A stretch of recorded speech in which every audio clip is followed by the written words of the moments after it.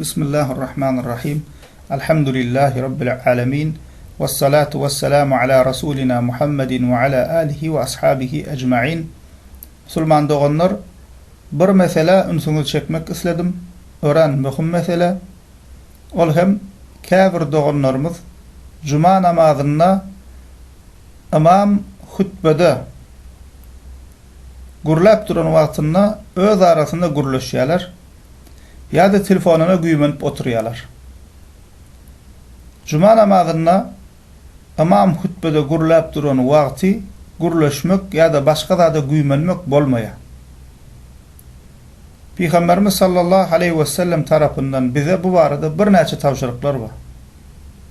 Misal için Ahmet'te İbn Abbas radıyallahu anh'tan haber verilen hadisinde Peygamberimiz sallallahu aleyhi ve sellem şöyle diye: "Men tekelleme yevmel cum'ati vel imamu yahtubu fehuve kemethel himar yahmilu asfara vellezî yekulu lehu ansit leyse lehu cum'a leyset lehu cum'a." Diye Peygamberimiz Cuma gününde imam hutbede gurlap durka gurlaşan kişi kitap yüklenen eşek yalıdır. Ona dım diyenin hem cuması yoktur diye.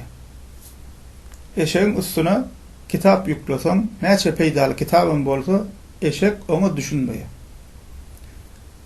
İmam minberin üstüne, hutbe vaktinde gurlap dur, nasihat edip dur, Allah'ın ayetini okaya, Peygamberimiz sallallahu aleyhi ve sellem hadislerini okaya, cemaate nasihat ediyor.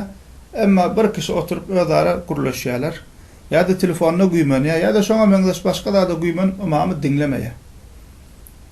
Yani üstüne kitap yüklenen eşeğin üstündeki kitaplardan hiçbir da düşünüp hiçbir dağdan peydalanmayı şeyali, bu hem nama imamın nasihatından, ayet hadisten peydalanmaya. Şoň için nama kitap yüklenen eşek alır diye ol kişinin misali.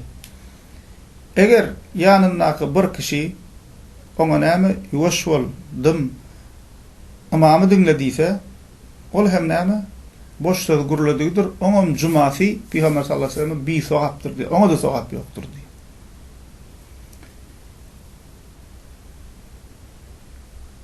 Buhari'de, Müslim'de Ebu Hureyre radıyallahu anh'tan haber verilen başka hadisinde Peygamber sallallahu aleyhi ve sellem diye: "İza qala ar-racul li sahibihi yevmel cum'ati vel imamu yaktubu ansit faqad laga." Cuma gününde imam hutbede vakti bir kişi yanına kadım deyse boş batılsız guruladığı bolur diye. Yani sen özün dımıp bar ünsünden imamı dinlep dursun hutbede ama yanındaki guruluşya. Ya da telefonla ya bir da güymeniyor. Sen ne diyen şuna dım diyen. Unsver diyen. İmamı dinle diyen. Peygamber sallallahu aleyhi ve sellem diye şonun diye cuması bir sogaptır diye. Yani kaptalında gurla oturanım olsa hutbede vaktinde sen şuna seyredip gurlama dım demek bolmaya. Başka hadisinde Müslim'de Ebu Hureyre radıyallahu anh'tan haber verilen Peygamber sallallahu aleyhi ve sellem diye: "Ve men messel hasa faqad laga." Kim hutbe vaktinde daş oynasa, şu önünde 3-4 tane daş yatan bolsa, şonu oynasa diye boş gurlaştıgıdır, cuması bir sogaptır diye.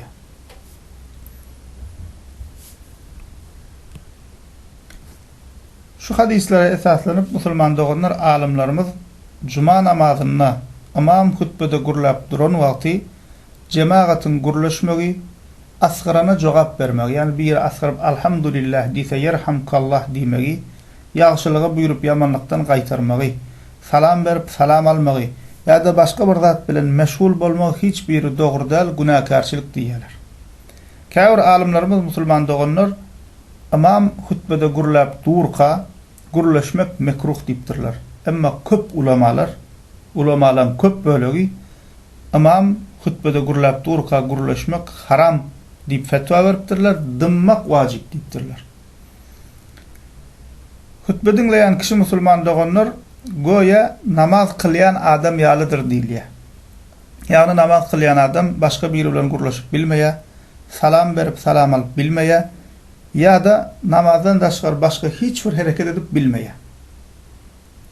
Hutbe dinleyen kişi hem diye edil şonun yalı diyeler.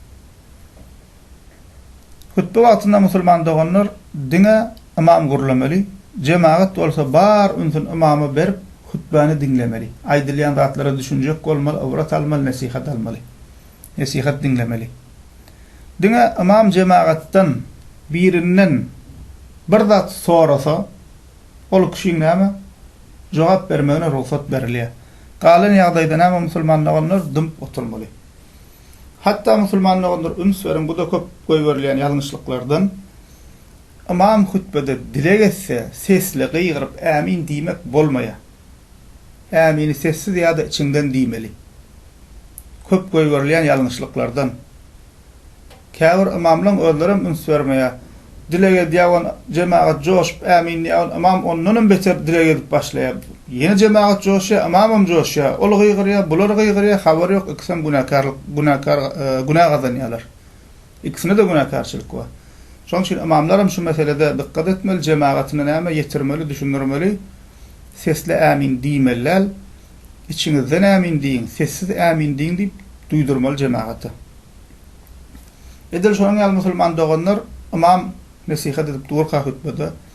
Hutbeň arasynda Peýgamber sallallahu aleyhi ve sellem'in ady geçse, musulman näme etmeli? Salawat aýtmaly. Emma şonu hutbe wagtynda aýdyljak salawat içiňden bolmaly ýa-da sessiz bolmaly.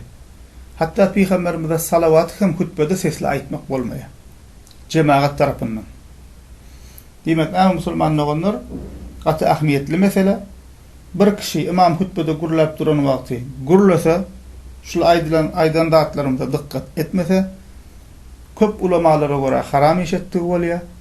Günah gazanýar we juma namazy bir sowap bolýar. Juma namazyna hiç bir sowap almaýar musulmanlar. Şoňa da näme dikkat edelim. Elhamdülillah Rabbil Alamin.